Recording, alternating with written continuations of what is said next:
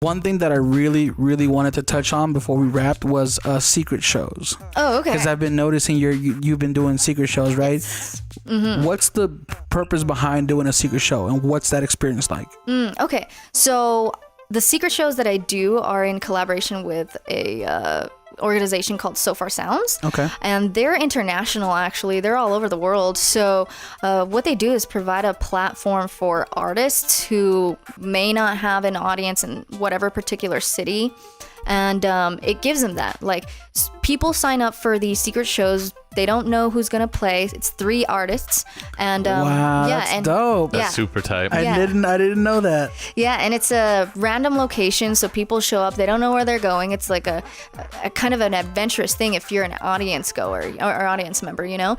And then as an artist, it's just great because if you don't have that reach or pull in a particular town, right?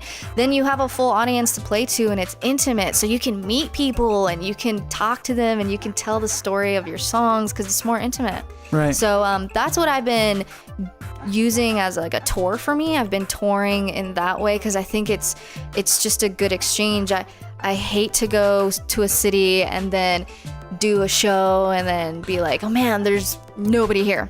Right. You know? Or not even that, but just like, well, these people are dicks. Yeah, they're here because they're trying to impress a friend or they're trying to get rowdy with their friends. But it's like, if you go to, from what your experience or you're describing it to me, is people want to go there specifically for that experience. So you're matching an audience member to an artist. So that's the connection, right? Yeah. And that's a really cool creative way to kind of like do the same thing that's been done for years of you're a performer performing for an audience, but you're like kind of you're redoing the wheel of like how it's done, and it's more creative and more modern, I feel. Yeah, and a lot of artists are actually, so once you play for So Far Sounds, you're an alumni and you can play anywhere around the world. Oh wow. And there's places so like, I would love to do the one in Bangkok. I would love to do like Europe and stuff. Yeah, Paris. They have that, Belgium, and it's just like all these places that you can go to around the world. So that's what I use to tour because I just feel damn, that's so tight. Yeah. I didn't know that. I literally thought, because so when I saw you post about the secret show,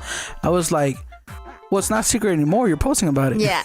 and I literally thought it was like, oh, this is just something that people do. Like, they do these secret shows to build hype. But I didn't know it was legitimately like it was a company that was doing this. That's super tight. I didn't know. So go to sofarsounds.com and they'll give you more information. If you're in a particular city, you might have So Far Sounds, and then you can have a wonderful night and just of music and people. And it's BYOB, so you get to bring your own beer or snacks and stuff. So is it like in houses? It can be in like a house? Yeah, it can be in houses. love I've that. played in a museum before. I've played, like my most recent one was probably the most beautiful places I've ever played in, and that was in Blue Diamond, Nevada. There was this couple that owned this house. They built it with an architect, so it's this modern, modern glass house in the mountains. I was like, oh my god, this is incredible.